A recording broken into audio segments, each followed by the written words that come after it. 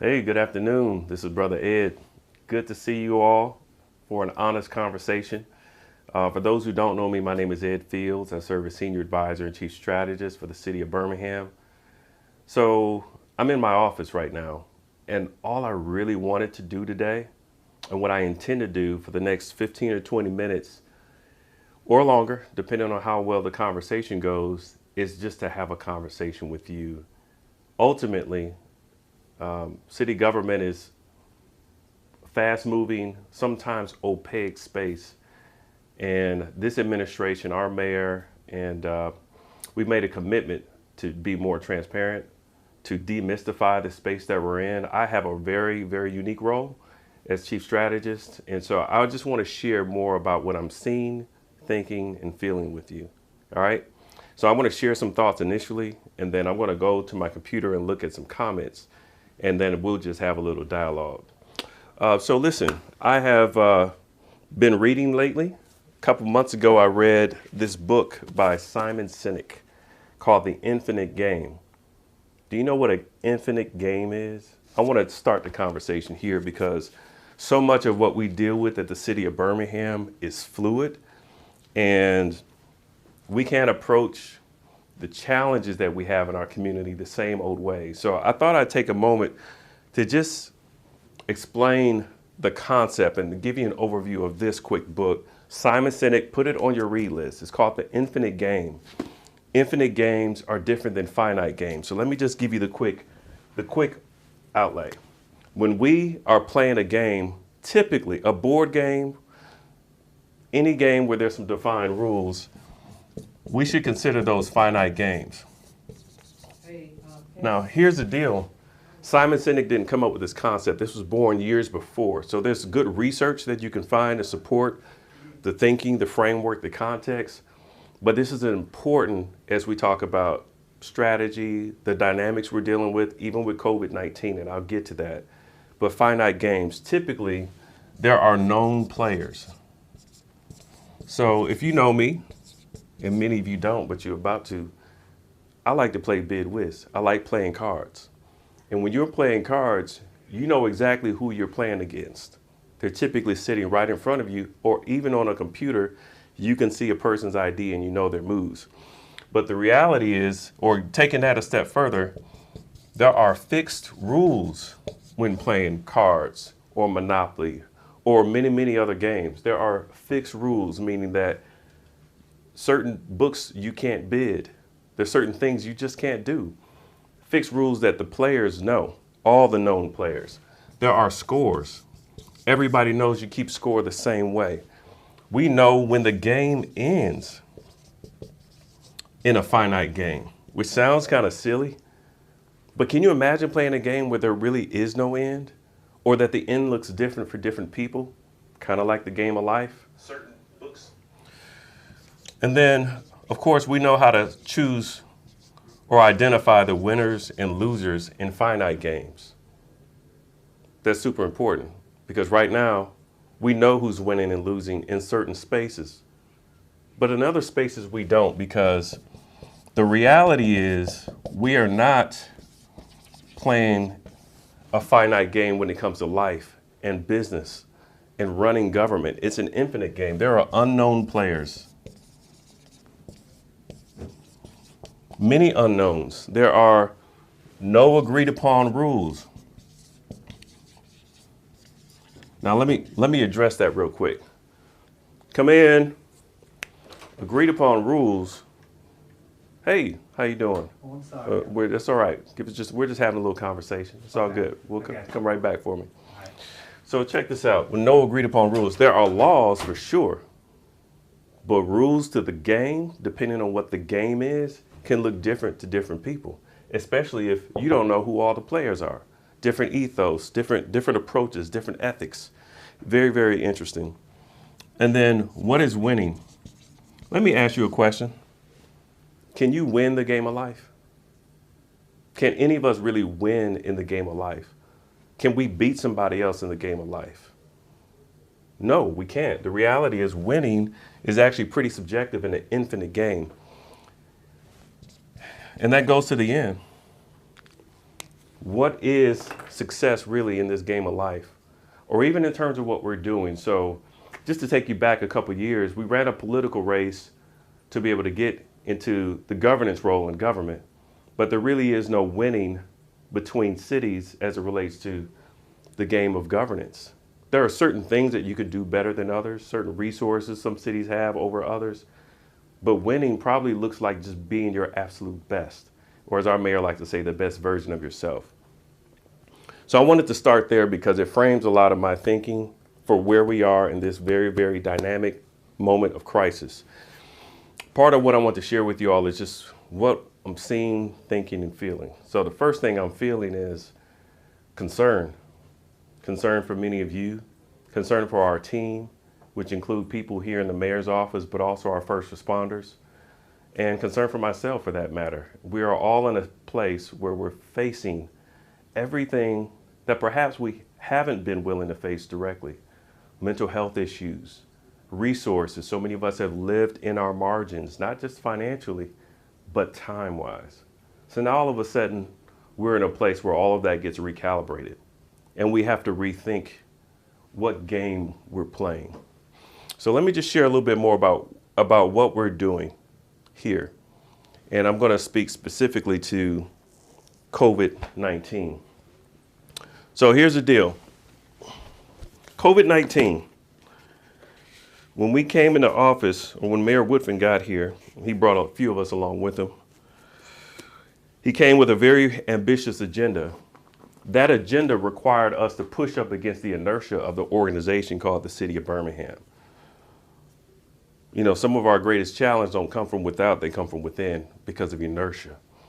And if you think about your business or even your family, maybe some of you have been fighting to just get time together because you've been so busy. Maybe some of you have been fighting to think about how to find another way to deliver value to your customers.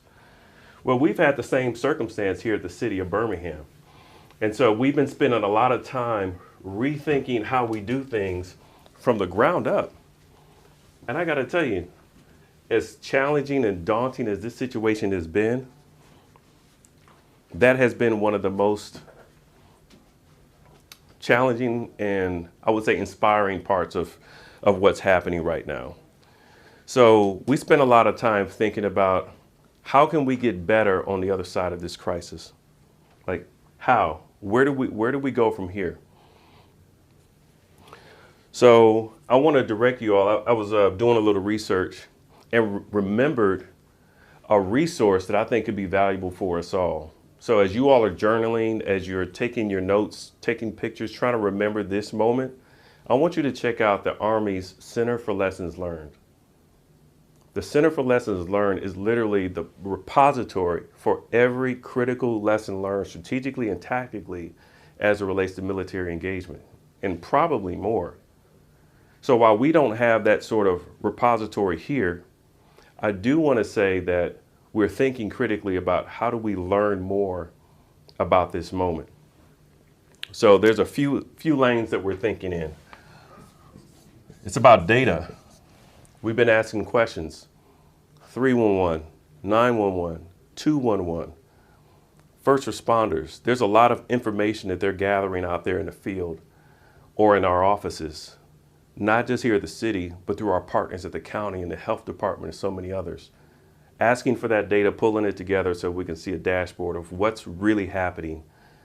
Even if it's not streaming data, we need to be taking regular snapshots and feeding that back to decision makers, but not just for operational needs today, so that we can have some context for how this has happened, so that we can be better prepared for the next issue, the next crisis, whatever that might be. It's just about building muscle in terms of how we work together. The other thing we have been thinking about is operations. So how do we actually really support the community in this time, starting with our first responders, making sure that they're safe, because if they're not safe, we're not safe. And also to consider essential services so that we can continue to support those that are still moving and keeping our economy afloat. Incredibly important work to do. But beyond that, it's about ensuring that our partners, that we're working in conjunction with our partners, and we are working toward that. So I won't get ahead of our team, but just know that there's more to be said about how we coordinate as a community. It's actually pretty fascinating because Birmingham has wrestled with this notion of balkanization. So many different municipalities, 35 to 37, right here in the 7-county region, 13 different school systems. I could go on and on about the number of systems that have been disjointed, not coordinated. Look at us now. We're getting some real practice in something that we haven't done particularly well in years. Fortunately, we've had a little bit of a head start with some of the initiatives out of this administration and with our other partners. Now we've got to do it. So there I want to introduce this concept from Simon Sinek. Existential flex. And this will be my last comment, then we can have some conversation. I'm actually just going to make this real simple and read what he means by existential flexibility. Again, I'm taking from The Infinite Game by Simon Sinek. This came out in November or so of 2019. Existential flexibility is the capacity to initiate an extreme disruption to a business model or strategic course in order to effectively advance a just cause. It is an infinite-minded player's appreciation for the unpredictable that allows them to make these kinds of changes, where a finite-minded player fears things that are new or disruptive. The infinite-minded player revels in them. When an infinite-minded leader with a clear sense of direction and cause looks to the future and sees that the path they're on will significantly restrict their ability to advance their just cause, they flex. So I'll pause there and then I'll read another passage. It's such a cool concept because what we've been trying to do for some time is flex. The pension issue sounds like a crazy idea to go after and affix the pension because it's a hot potato political issue. But the reality is if we don't deal with it, or if we hadn't started to deal with it within the last year, we would have been caught flat-footed. Now we have a level of readiness and understanding of the numbers, the impact on our employees, and the impact on the city's ability to move in the way that it needs to move. That work has been done now before this crisis. And I could point out so many areas where we've done work before the crisis. It doesn't mean that we solved the issue altogether. It means that we didn't kick it down the road so that we're starting from zero when we've got to start with a running start. Isn't that cool? How does that apply to you and your organizations? How about your home? Aside from your savings, how ready were you to have flexibility with how you're set up? And so we think about that often, not only in terms of the head start we have in building a culture that's ready to flex, but also running toward a certain vision that we've already had established so that it simply gets refined. So I'm going to stop right there because this is supposed to be a conversation. Let's take about 10 minutes of conversation. I'm going to go to my computer, look at some comments, and address any questions or conversation. I hope you guys are really, truly being safe right now and sheltered in. I don't want to have to tell the mayor on you because he's been pretty persistent that people need to be smart. All right, let's see what we have. Okay, I've got a question. Ed, how are we communicating with the public? Well, we're doing that in a lot of different ways. This is actually not a part of that. This is something that we had intended to do anyway, but COVID is obviously a part of the conversation. We have had a dozen press conferences at this point. There's been a lot of conversation in television media and radio media. The mayor's been all over the place. But beyond that, we have been very intentional about engaging direct constituent groups. We have done teletown halls with faith leaders, with neighborhood leaders, with parents and teachers, among other groups like small business owners. We had a Spanish-speaking teletown hall with translation from our friends at HICA. So we've done some very direct outreach to different constituent groups. We've got our Everbridge system, which started at 0 in terms of people assigned to our COVID code. I think we have about 16,000 people on that code right now who can receive direct text messages, alerts about what's going on related to this issue. We have a separate code, BHAM COVID-19, which is for Spanish speaking only or primary speakers. So we've tried to reach different constituents groups different ways. We're expanding that as we go forward. We will reload on our podcast.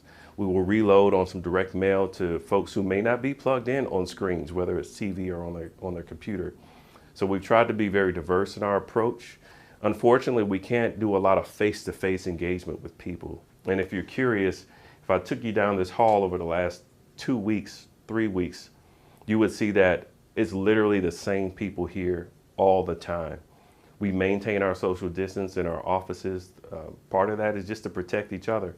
There are people who are working on this crisis that if they were to get ill, it would actually cripple our ability to respond. So we protect our mayor and the rest of our team by maintaining social distance and by, frankly, coming in the office and going home every day and trying to not do anything other than that.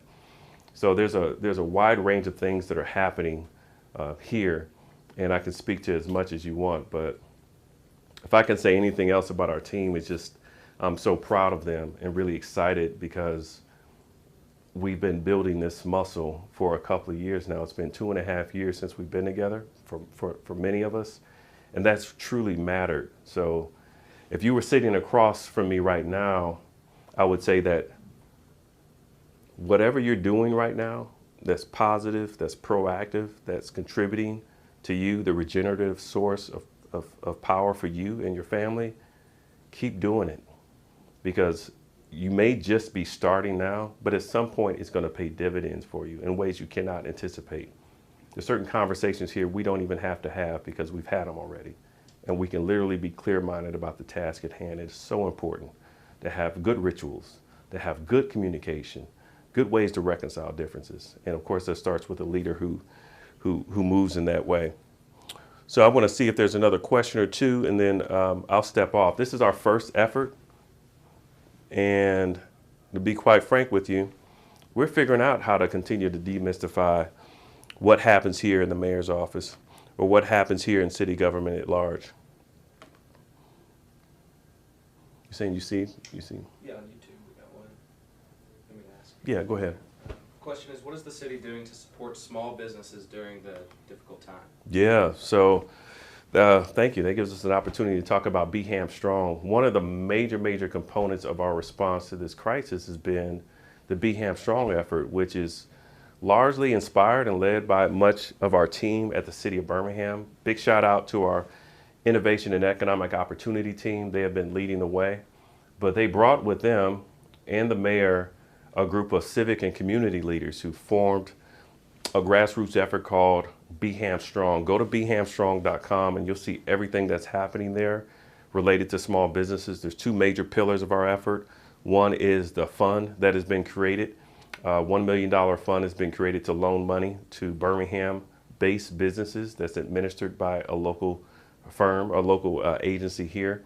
Go online to find more information about that.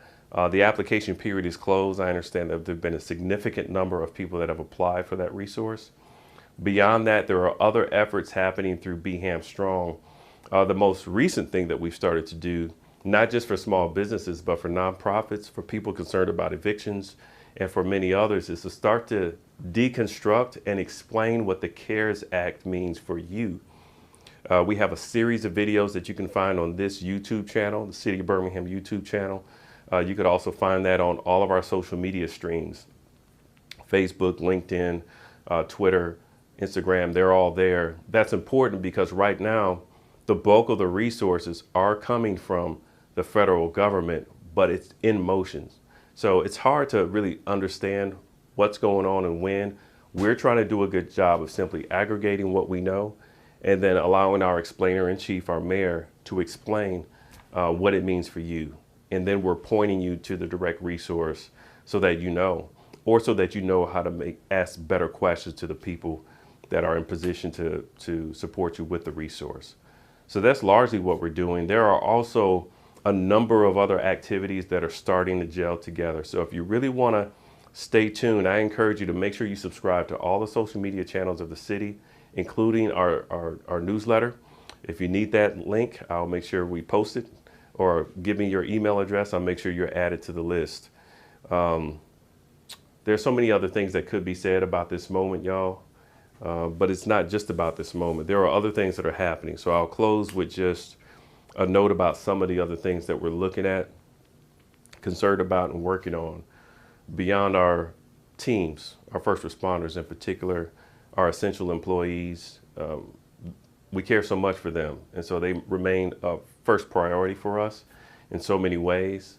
But beyond that, there are other things that are happening or starting to come back onto our radar. World Games was the first this week, of course, with the announcement of moving the World Games from 2021 to 2022, necessary because of what happened with the Olympics. And our rationale is laid out there in a mayor's video that you can also find on this channel, but also at the World Games. So go to World Games 2021, it still says 2021.com. I'm sure we'll be updating and repurposing the site, but they've done a great job explaining the rationale there. The census. So April 1st was Census Day. As far as we know, the census has been shifted back a bit in terms of when the deadline is, but what hasn't changed is the amount of vulnerable people, likely hard to count people, that will be harder to count because we can't get out there and see them face to face. We can't go to their churches. We can't go to their senior centers. We can't go to their public housing units and have a conversation about census. So a lot of it is online. It was already going to be online, but we've got to be really creative with how we engage. So we're talking with Commissioner Sheila Tyson. We're talking with the folks with HICA, our friends at the Community Foundation, many other partners who are working on the issue of census.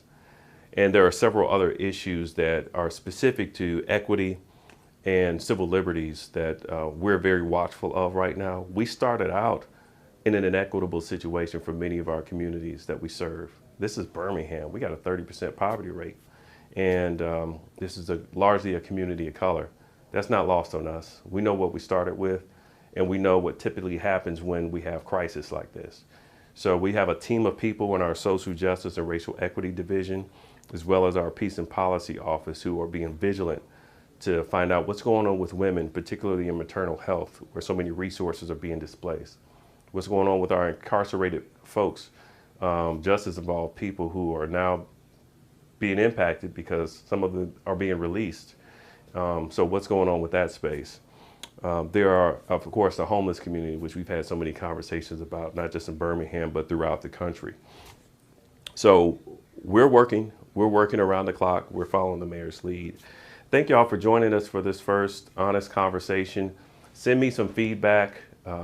You can send me a DM, or you can make a comment right here in LinkedIn on the post or YouTube. Share it. Let us know what you want to know about next time, who you want to hear from, and we'll be glad to do that. God bless you. Stay safe. Stay well. Have a good day.